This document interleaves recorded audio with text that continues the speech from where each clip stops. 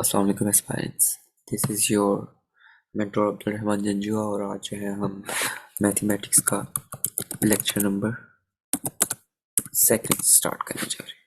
ठीक है, first lecture में बेसिकली मैंने आपको बताया था, गाइड किया था कि किस तरीके से हम जो है वो जनरल एबिलिटी वाला जो पोर्शन है उसको लेकर चलेंगे और आज से हम बेसिक से स्टार्ट करते हैं अपना ये लेक्चर।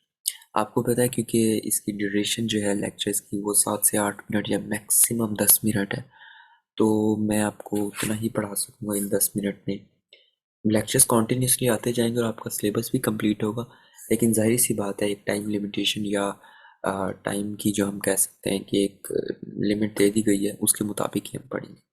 ठीक है, सीखेंगे सब कुछ, लेकिन हम स्टार्ट करते हैं बिल्कुल बेसिक मैथमेटिक्स से। ठीक है, तो पहले पहले तो हमें मैथ्स की डेफिनेशन पता होनी चाहिए कि मैथ्स की डेफिनेशन है क्या। तो मैथ्स जो है वो साइंस की एक ऐसी ब्रांच है जिसके अंदर हम डील करते हैं with numbers, equations, formulas to solve different problems। ठीक है, आप कोई भी नंबर्स आपके पास मौजूद हैं, उन नंबर्स को आपने यूज़ करते हुए उनको सॉल्व किया through different equations and different formulas. किस लिए? ताकि आप कोई ना कोई रियल लाइफ प्रॉब्लम जो है उसको सॉल्व कर सकें। ठीक है, तो हम बिल्कुल बेसिक से स्टार्ट करेंगे, बिल्कुल बेसिक से, मैथमेटिकल ऑपरेशंस से। पहले तो हम सीखेंगे कि मैथमेटिकल ऑपरेशंस क्या होते हैं। ठीक है, और उसका एक सिंपल सा फार्मूला हम देखेंगे और फिर मैं आपको बताऊंगा कि मैंने रीज़न क्या थी कि मैंने आपको इतनी बेसिक सी चीज़ बताई।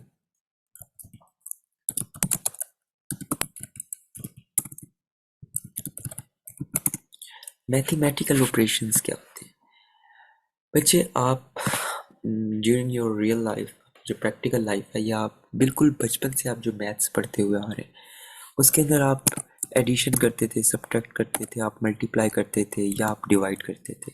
ठीक है, फिफ्थ क्लास से आपको याद होगा कि आपने पैरेंथेसिस या ब्रैकेट, छोटी ब्रैकेट जिसको हम बोलते थे, उसका यूज़ भी स्टार्ट कर दिया होगा। तो ये सारे जो ऑपरेशन, ये जो बेसिक हमारी एडिशन, डिवीजन, सब्ट्रैक्शन या मल्टीप्लिकेशन थी, इसको हम बोलते थे ये क्या है, ये मैथमेटिकल ऑपरेशंस है। अब इतनी बेसिक सी चीज़ आपको पढ़ाने का मकसद क्या है? आप जब भी कोई भी पेपर देखेंगे ना, पीपीएससी का या इवन किसी भी और पब्लिक सर्विस कमीशन का, तो चाहे वो 11वें स्केल की उसके लिए हो या फिर वो 16वें के लिए हो, अप टू 16th ग्रेड या स्केल जो है, आप देखेंगे कि मैथमेटिकल ऑपरेशंस जो हैं उनका एक आधा सवाल या दो सवाल कभी ज़रूर आए होते हैं। ठीक है, इसलिए इसको भी याद रखना आपके लिए ज़रूरी है। बिल्कुल बेसिक सी चीज़, लेकिन कभी कभार क्या होता है इंसान को भूल जाती है। ठीक हो गया जी? तो मैथमेटिकल ऑपरेशंस को हम सॉल्व किस तरीके से करते हैं, मतलब अप्लाई किस तरीके से करते हैं, पहले तो ये चीज़। इवन कि आप सीएसएस की जो जनरल एबिलिटी का पोर्शन है, उसमें जो एक बहुत अच्छी अकेडमी है नोवा, नोवा के जो नोट्स हैं जनरल एबिलिटी के, अगर आप उसके फर्स्ट पेज पर देखेंगे तो मैथमेटिकल ऑपरेशन से ही उन्होंने जनरल एबिलिटी पढ़ाना स्टार्ट की हुई है। ठीक है, मतलब इसका जनरल एबिलिटी का स्टार्ट मैथमेटिकल ऑपरेशन से ही हो रहा है। तो हमें हमारी रीज़न मिल गई कि हम मैथमेटिकल ऑपरेशंस को पढ़ क्यों रहे हैं। ठीक है, अब हम इसको पढ़ना स्टार्ट करते हैं। ठीक है, प्रैक्टिकली अब मैथमेटिकल ऑपरेशंस को समझना बच्चे क्यों ज़रूरी है, आप ये देखें कि कोई भी क्वेश्चन है, जैसे 2 + 2 माइनस, सॉरी, अच्छा जी, तो मैं बात कर रहा था कि मैथमेटिकल ऑपरेशंस की जो एप्लीकेशन है वो, मतलब सही तरीके से उनको अप्लाई करना उनके ऑर्डर के अकॉर्डिंग क्यों ज़रूरी है। द रीज़न इज़ कि आप एक ये सिंपल सा क्वेश्चन देख लें। अगर मैं इसको राइट साइड से सॉल्व, सॉरी लेफ्ट साइड से सॉल्व करना स्टार्ट करता हूँ, मतलब इस साइड से, तो 2 + 2 = 4 एंड 4 × 8 = 32। ठीक है, तो अभी आपका आंसर क्या आया? दैट इज़, एक सेकेंड, चलिए, दैट इज़ 32। ठीक हो गया जी। लेकिन अगर मैं इसको राइट साइड से स्टार्ट करता हूँ सॉल्व करना, तो उस सूरत में अगर आप आंसर देखें तो 8 × 2 = 16 और उसके अंदर 2 जमा करें तो हमारा आंसर जो आ जाता है वो आ जाता है 18। ठीक है, अब देखें एक ही हमने इक्वेशन को सॉल्व किया है और एक इक्वेशन को सॉल्व करके हमारे पास 2 डिफरेंट आंसर्स आ रहे हैं। तो इसका मतलब क्या है कि इसमें से एक आंसर गलत है और हमें साथ में एक ये भी बात समझ आ गई कि हम यूं ही किसी भी चीज़ को जमा नहीं कर सकते, नफ़ी नहीं कर सकते, उसको ज़रब नहीं दे सकते, उसको हमें एक ऑर्डर के अकॉर्डिंग जो है मैथमेटिकल ऑपरेशंस जो हैं वो उसके ऊपर अप्लाई करनी होंगी। ठीक है, तो इसके लिए एक सिंपल सा फॉर्मूला आप याद कर लें।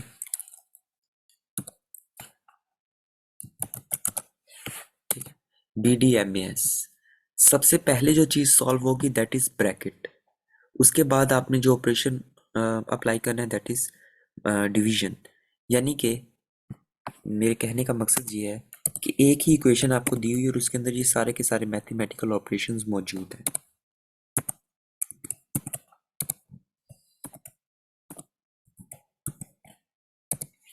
ठीक है, ये सारे के सारे मैथमेटिकल ऑपरेशंस मौजूद हैं। तो अब आपने क्या करना है, आपने इस रूल के अकॉर्डिंग उस इक्वेशन को सॉल्व करना है। सबसे पहले अगर ब्रैकेट है, आपने देखना है कि ब्रैकेट है, तो आपने पहले ब्रैकेट के अंदर जो मौजूद जो भी आपके नंबर्स होंगे या जो भी आपकी वैल्यू होगी उसको सॉल्व करना है। फिर आपने डिवीजन करनी है, फिर उसके बाद मल्टीप्लिकेशन करनी है, उसके बाद एडिशन करनी है और उसके बाद सब्ट्रैक्शन करनी है आपने। ठीक है, ओके जी। जिस तरीके से ये इक्वेशन गिवन है तो हमने सबसे पहले क्या चीज़ करनी है, दैट इज़ टू डिवाइड। उसके बाद जो भी रकम आएगी उसको मल्टीप्लाई करना है 8 से, उसके बाद एडिशन होनी है तो ऐड करना है, उसके बाद सब्ट्रैक्ट होना है तो सब्ट्रैक्शन कर देनी है आपने। ठीक हो क्या जी। और अगर सबसे पहले अगर कोई ब्रैकेट भी मौजूद है तो आपने याद रखना है कि सबसे पहले आपने उस ब्रैकेट को सॉल्व करना है। ये तो बिल्कुल एक बच्चों वाली चीज़ हो गई ना। तो लेकिन सिखाना ज़रूरी था क्योंकि हमने सब कुछ सीखना है। जब इस किस्म के क्वेश्चंस पूछे जाते हैं पीपीएससी में तो ऑब्वियस सी बात है कि हम सॉल्व भी करेंगे उनको। तो उसके लिए हमारे पास बेसिक नॉलेज होना भी ज़रूरी है। तो पहली जो चीज़ हमने कवर कर लिया आज के लेक्चर में दैट इज़ मैथमेटिकल ऑपरेशंस। ठीक है, आज का लेक्चर चूँकि बेसिक्स है तो हम सारी बेसिक्स ही सीखेंगे। The second thing is fractions.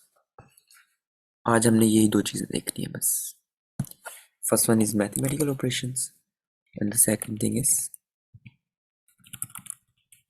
Fractions. अब फ्रैक्शंस को देखने से पहले हमें समझना होगा कि फ्रैक्शन होता क्या है। फ्रैक्शन कहते हैं किस चीज़ को? फ्रैक्शन कहते हैं पार्ट को।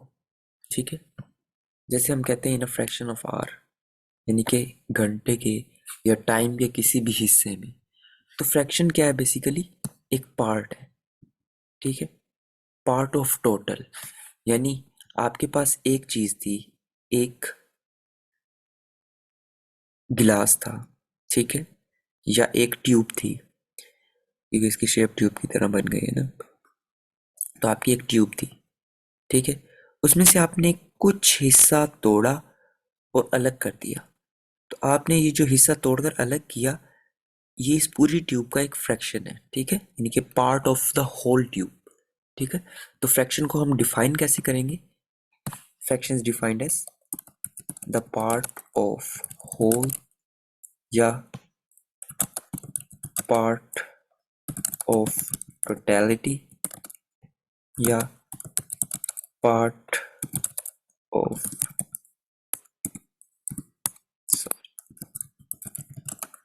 ठीक है, पार्ट ऑफ कंप्लीटनेस। ये इसकी बेसिक सी डेफिनेशन है।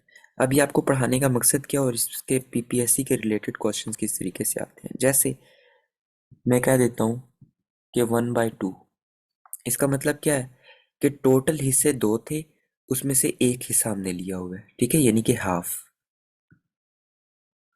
एक पूरी चीज़ थी 1/2, यानी कि उसके हमने 2 हिस्से किए। जो नीचे वाला होगा ये टोटल को रिप्रेजेंट कर रहा है। ठीक है, यानी कि हमने उसके 2 हिस्से किए और उसमें से एक हिस्सा हमारे पास है। ठीक है, यानी कि अगर हमारे पास 2 1/2 हों तो वो that will be equal to 1। ये बिल्कुल बेसिक चीज़ थी। जो इस तक़सीम के साइन के ऊपर होता है उसको कहते हैं न्यूमरेटर और जो नीचे होता है उसको कहते हैं डिनोमिनेटर। ठीक हो गया जी। अब हम आते हैं अपनी मेन चीज़ की तरफ, दैट इज़ कि हम ये पढ़ क्यों रहे थे, हमने ये बेसिक क्यों सीखी। उसकी रीज़न ये है कि पीपीएससी में क्वेश्चंस आते हैं फ्रैक्शन के रिलेटेड कैसे, वो इस किस्म के क्वेश्चन आते हैं क्योंकि आपके पास कैलकुलेटर तो मौजूद नहीं होता। तो कैलकुलेटर जब आपके पास मौजूद नहीं होगा तो वो आपको चाहेंगे, क्योंकि है तो बेसिक सी चीज़, तो आपको उनकी कोशिश होगी कि आपको कंफ्यूज करें। तो वो आपको क्वेश्चन देंगे कुछ इस तरह का। पीपीएससी में जो फ्रैक्शन के रिलेटेड क्वेश्चन आते हैं वो इस तरीके से आते हैं।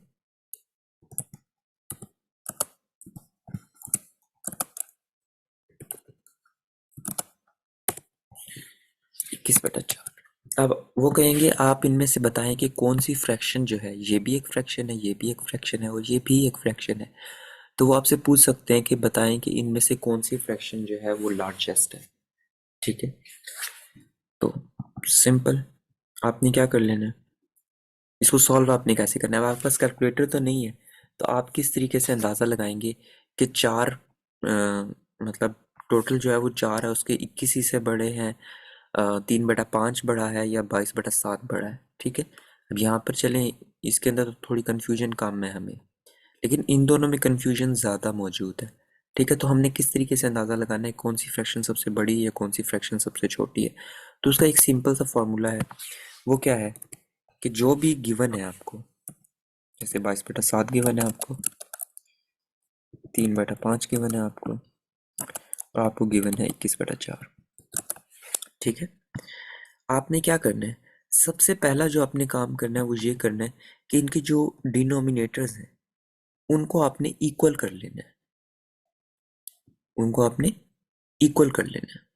अब वो आप पे डिपेंड करता है कि आप उसको इक्वल कैसे करेंगे, लेकिन मैं ये थोड़ा सा कम्प्लेक्स हो जाएगा और थोड़ा लंबा प्रोसीजर हो जाएगा, इसलिए मैं कोई सिंपल सी स्टेटमेंट लिखता हूँ और इसको इक्वल करने की कोशिश करते हैं हम। एंड 4 तो आपने पहले पहले क्या करना है, पहला स्टेप हमारा क्या है, मैं यहाँ पे लिख भी देता हूँ आपने जो फॉलो करने। स्टेप 1, आपका वो अमल होना चाहिए कि आपने जो डिनोमिनेटर में मौजूद जितनी भी रकमें हैं उनको आपने कर लेना है इक्वल। अब यहाँ से एक सवाल पैदा होता है कि इक्वल करेंगे कैसे हम। ठीक है, तो इक्वल करने के लिए सिंपल, आपने क्या करना है कि इस तरीके के वैल्यू से या इस तरीके के डिजिट से आपने ज़रब देनी है कि ये तीनों इक्वल हो जाए। फॉर एग्जांपल 2/3 था, 3/6 और 4/9। तो अगर हम आगे चलकर देखें कि इक्वल ये कहाँ पे हो सकते हैं, करीब करीब 18 पे। कैसे, अगर मैं 9 को 2 से मल्टीप्लाई करूँ तो भी 18 आएगा, 6 को 3 से करूँगा तो भी 18 आएगा, 3 को 6 से करूँगा तो भी 18 आएगा। ठीक है, तो ये अगर हम इन्हें 18 पर ले जाएं तो ये सारे 18 पर जाकर इक्वल हो जाएंगे। ठीक है, तो आप जिस भी डिनोमिनेटर को जिस भी वैल्यू से ज़रब दे रहे हैं उसके न्यूमरेटर को भी आपको उसी वैल्यू से ज़रब देना होगा। जैसे मैंने इसको 18 करना है तो मैं इसको दोनों को 6 से मल्टीप्लाई करूँगा। ठीक है, इसको भी मैंने 18 करना है तो मैं दोनों को 3 से मल्टीप्लाई करूँगा। ठीक है, इसको भी मैंने 18 करना है तो मैं दोनों को 2 से ज़रब करूँगा। ठीक है, तो नीचे जो हमारी डिनोमिनेटर में वैल्यूज़ हैं वो क्या हो जाएंगी, वो सेम हो जाएंगी। जैसे 6/2, 6 × 2 इज 12/18। Second is 3 × 3 9/18। इसी तरीके से 8/18। अब यहाँ तक हमें जो हमारे डिनोमिनेटर्स हैं वो क्या हो गए हैं, वो हो गए हैं सेम। ठीक हो गया। अब देखें कि एक बात हमेशा याद रखिएगा कि यहाँ से अब आपको फैसला करना है कि कौन सी जो फ्रैक्शन बड़ी सबसे बड़ी है या कौन सी फ्रैक्शन जो है वो सबसे छोटी फ्रैक्शन है। तो यहाँ पर आपका आके जो थर्ड स्टेप होगा, अपने सेकंड स्टेप जो है वो कंप्लीट कर लिया। अब जो थर्ड स्टेप है आपका वो क्या है, आपने अंदाज़ा लगाना है यहाँ से कि विच वन इज़ लार्जर।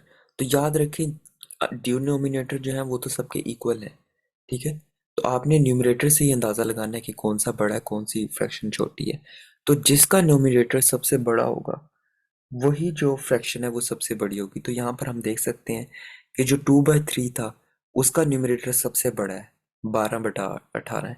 ठीक है, तो हमें यहाँ से अंदाज़ा हो गया कि कौन सी फ्रैक्शन सबसे बड़ी है, वो है 2/3 वाली। इसी किस्म के क्वेश्चन जो हैं वो आपसे पूछे जाएंगे फ्रैक्शन के रिलेटेड। तो आज हमने, आप यूँ समझ लें कि आपके मैथमेटिक्स वाले पोर्शन से 2 क्वेश्चंस आपके सॉल्व कर लिए 2 मार्क्स के। कौन कौन से? एक हमने फ्रैक्शन को स्टडी कर लिया, दूसरा हमने स्टडी कर लिया इसको, मैथमेटिकल ऑपरेशंस को। ठीक हो गया जी। बिल्कुल बेसिक था। नेक्स्ट हम परसेंटेज को पढ़ेंगे, फिर उसकी ट्रिक्स वगैरह को देखेंगे, फिर थोड़ा सा एडवांस हम होते जाएंगे। ठीक है, ये तो हो गया आपका बिल्कुल बेसिक। और दूसरा, मैं क्योंकि रात को 2 बजे रिकॉर्ड कर रहा हूँ, इसलिए मेरी आवाज़ और मेरा जो वो है, मुझे बिल्कुल दबा के रिकॉर्ड करनी पड़ी, इसलिए आज जो है आप थोड़ी सी अगर कोई कमी बेशी है तो उसको माफ़ करें। इसके अंदर फ्रैक्शन वाले पोर्शन में से एक क्वेश्चन डायरेक्ट पूछा जाता है, वो क्या है वो मैं आपको बता देता हूँ। अक्सर पूछ लिया जाता है कि 1/0 इज इक्वल टू वट, और साथ में कभी कभी आपसे पूछ लिया जाता है कि 1/infinity is equal to what. तो ये दोनों जो है, इसके आंसर आप कमेंट बॉक्स में लिखेंगे, ताकि आप खुद सर्च करेंगे तो आपको पता चल जाए कि आपने बेसिकली इसको याद, एक रट्टा है ना ये, तो आपको पता होना चाहिए कि ये क्या है। तो रट्टा सबसे बेहतर तभी होता है जब हम उसको खुद परफॉर्म करें। तो आपने गूगल करना है और कमेंट बॉक्स में इसके आंसर्स लिखने हैं। नेक्स्ट जो हमारा लेक्चर होगा उसके अंदर हम इंशाल्लाह फ्रैक्शंस को, सॉरी, परसेंटेज को स्टडी करेंगे। उसके बाद रेशियो प्रोपोर्शंस को, फिर इस तरीके से ज्योमेट्री शुरू करेंगे, फिर चलते हुए जाएंगे इंशाल्लाह। ठीक है जी, अपना ख्याल रखिएगा, दुआ में याद रखिएगा। फ़ी अमान अल्लाह।